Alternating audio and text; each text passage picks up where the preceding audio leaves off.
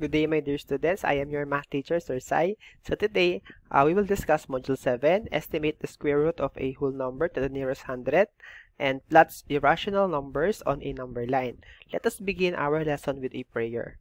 So, Heavenly Father, add wisdom in our minds, subtract evil in our hearts, multiply our blessings, and help us divide it to others. Amen. So, let's have a review. So, tell me if the following numbers are rational or irrational. You can pause this video to answer the following questions. Okay, so for number 1, you have rational.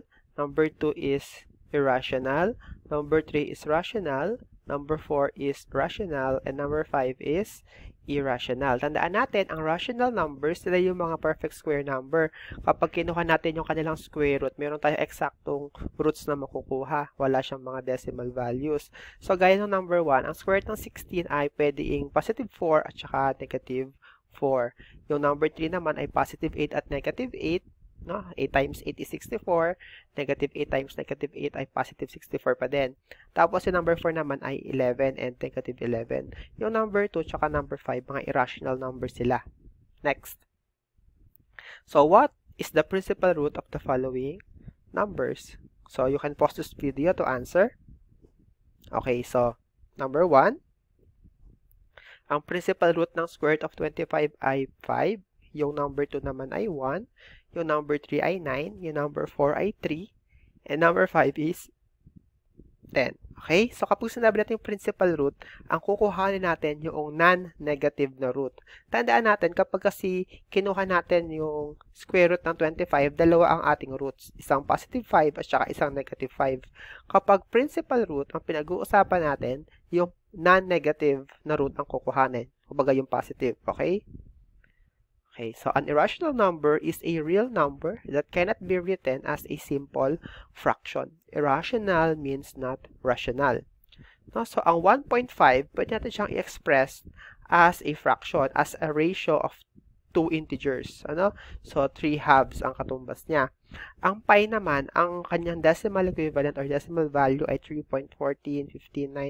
Yan. So it cannot be expressed as a ratio of 2 integers. So, meron tayong mga non-repeating and non-terminating na decimals. No? So, ito, irrational yan. Meron pa tayong mga iba't ibang klase ng irrational number. So, yung pi, yung Euler's number, yung golden ratio. Pwede nyo i-post ng video, pwede nyo basahin. Many square roots, cube roots, etc. are also irrational numbers. Pero, ang square root of 4, 2 ang kanyang halaga, diba? So, rational yon. Ang square root of 9 ay 3. Rational pa rin. Sinasabi lang dito na hindi lahat ng naka-square root, ng kinukuha natin yung roots, ay irrational. Be careful, not all roots are irrational. If a principal root is irrational, the best you can do for now is to give an estimate of its value.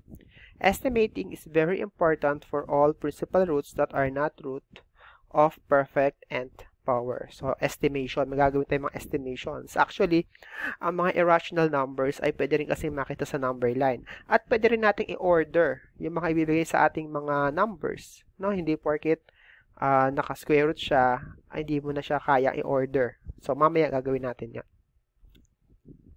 Let's have a review. So, dito, pinakita ko lang yung mga iba't ibang mga perfect square na numbers. No? Kapag in-extract natin yung kanilang square root, ito yung principal root na makukuha. Ang square root of 1 ay 1, ang square root of 4 ay 2, ang square root of 9 ay 3. Ayan. So, dire-diretso yan hanggang square root ng 100. Actually, marami pa yan. Kung pinutol ko lang hanggang dito lang. So, ito rin yung mga position nila sa isang number line. Ayan.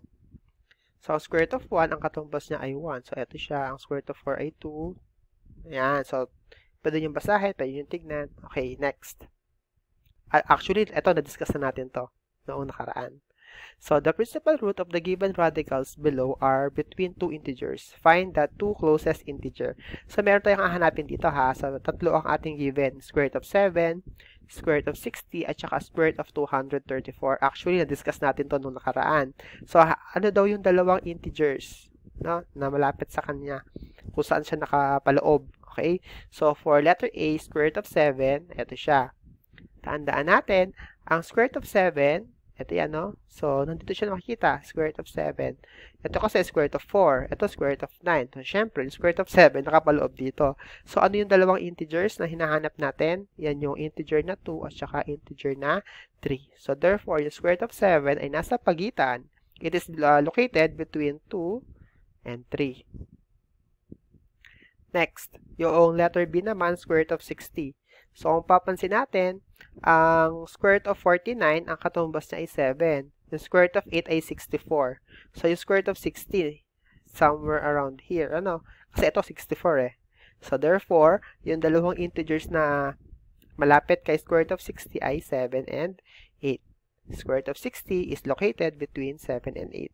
O, how about yung letter C? Medyo malaki-laki number to. So, you have the square root of 234. So, ito na yung sagot dyan. Square root of 225 and then square root of 256. Yung square root of 234, yan. Makikita natin siya around here. So, ano yung dalawang integers? Kung saan siya nakapaloob? You have 15 and 16. Okay? Next, estimating square root to the nearest 100. Kapag tayo nag-estimate ng irrational number, kailangan natin makahanap ng form na parang ganito. Okay? So, para siyang mixed number. We need something like this. So, meron ako simple steps. For A, find the closest perfect square number and get its principal root. For B naman, find the difference of the radicand and the closest perfect square number. Yung radicand, yung number sa loob ng radical sign. And then, for C, multiply A by 2. Okay, so simple steps. Let's try to solve a problem by applying the simple steps. So yung una, diba, for A, find the closest perfect square number and get its principal root. Ang hinahanap natin ay square root of 13. Yung malapit na perfect square number sa kanya ay 9. So extract natin yung 9, kuhanin natin ang kanyang principal root. Ang sagot ay 3. Diba? 3 times 3 ay 9. So, ang A ay 3. So, ito siya. The principal root of 9 is 3. Next naman,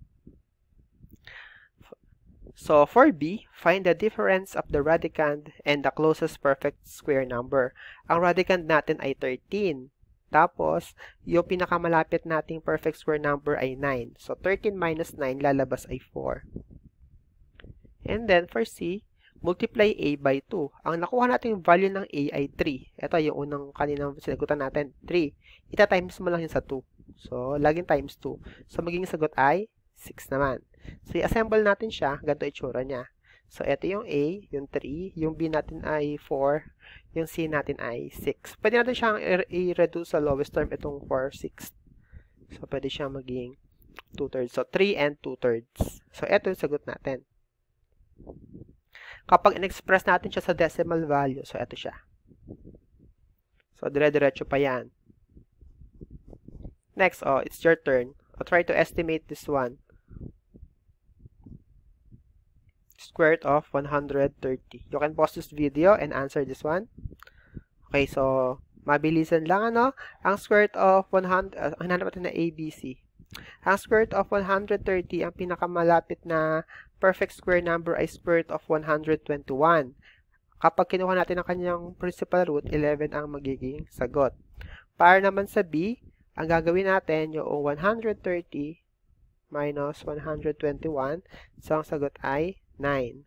Tapos, yung C naman, yung A natin, ita-times natin sa 2. So, 11 times 2, 22. So, pag in-assemble siya, 11 and 9, 22. Ayan. Okay, next.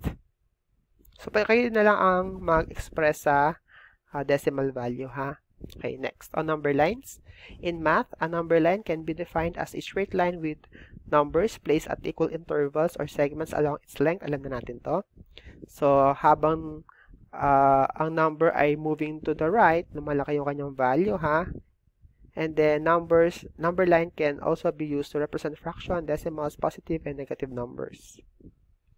Okay, so, pag-usapan din natin yung base at saka exponent. Kapag sinabi kong 2 times 2 times 2, so, ito yung kanyang exponential form. Yung 2, yung tinatawag nating base. Tapos, yung exponent naman ay 3. Sa ating example dito, meron tayong 2's na pinagmumultiply. So, yun yung base. Tapos, ilang 2's yung pinagmultiply natin? 3. So, yun yung exponent 3.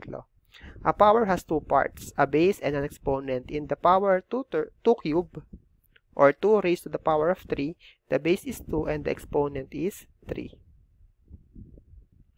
So, numbers graphed on a number line. So, how to do it? So, the first step in graphing any group of numbers on a number line is figuring out their order. Start with the smallest number up to the largest number. Okay, next. So, arrange square root of 2, square root of 5, tapos yung pi on the number line. So, ang square root of 2, dyan yun. Ang square root of 5 ay dito, ang pi ay dito. Ang pi ay 3.14, di ba? So, 3.14. So, ito kasi square root of 1. Ito naman square root of 4. Okay, next. Other example. Square root of 9, square root of 20, at square root of 15.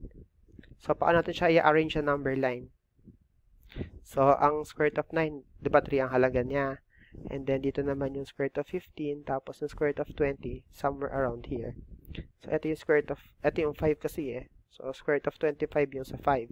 Kaya, ito yung kanyang proper order. And that's all. Thank you.